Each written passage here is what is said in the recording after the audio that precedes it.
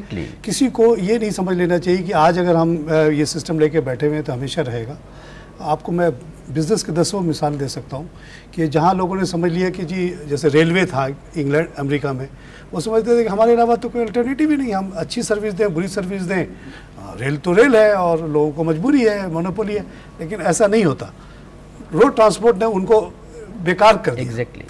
تو اب جیسے دارالقضا ہو گیا ہے، آپ کے پاکستان ریلوے کو بھی بیکار کر دیا، روڈ ٹرانسپورٹ نے بیکار کر دیا، وہ 24 گھنٹے پہنچاتا ہے، یہ 12 گھنٹے پہنچاتا ہے، ختم ہو گئی بات۔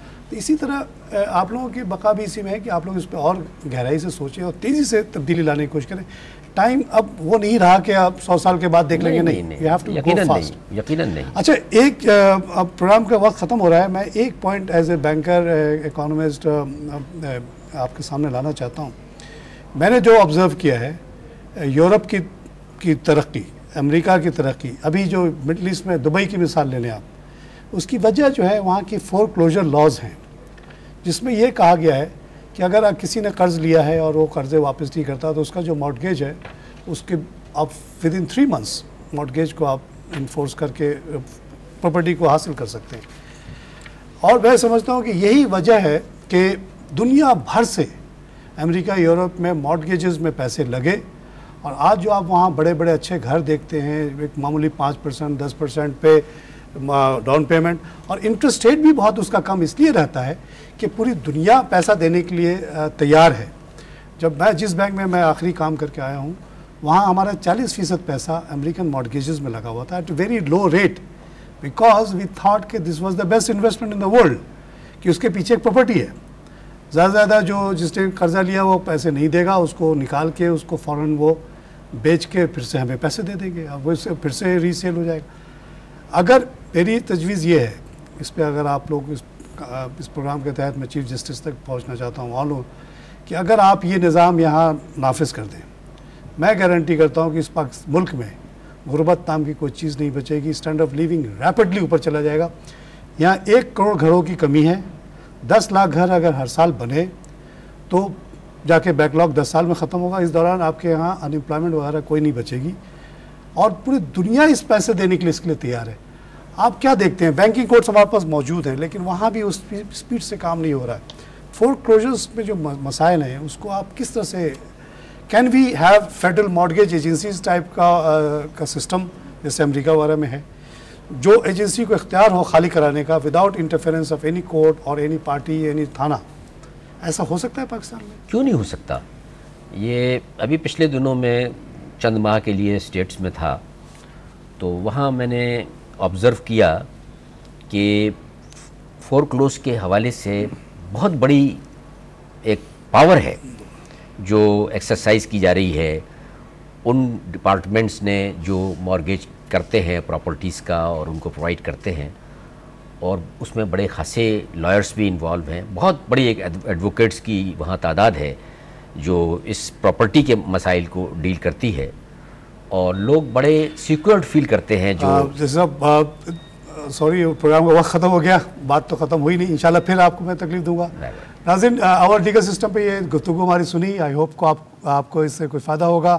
ہم امید کرتے ہیں کہ ہمارے لیگل سسٹم تیزی سے ریفارم ہو اور ہم US اور دبئی وغیرہ کے سسٹم کے قریب آئیں اور یہاں بھی اسی طرح اکنامک پروگریس ہو جیسا ان علاقوں میں ہوئی ہے. جسٹس صاحب ہمیں ایشور کرا رہے ہیں کہ یہاں بھی تبدیلی آ رہی ہے، انشاءاللہ اور آئے گی، اور یہاں بھی اسی طرح سے ترقی ہوگی جیسے باقی ملکوں میں ہوئی ہے. اسی کے ساتھ پروگرام ختم ہوتا ہے. خدا حافظ.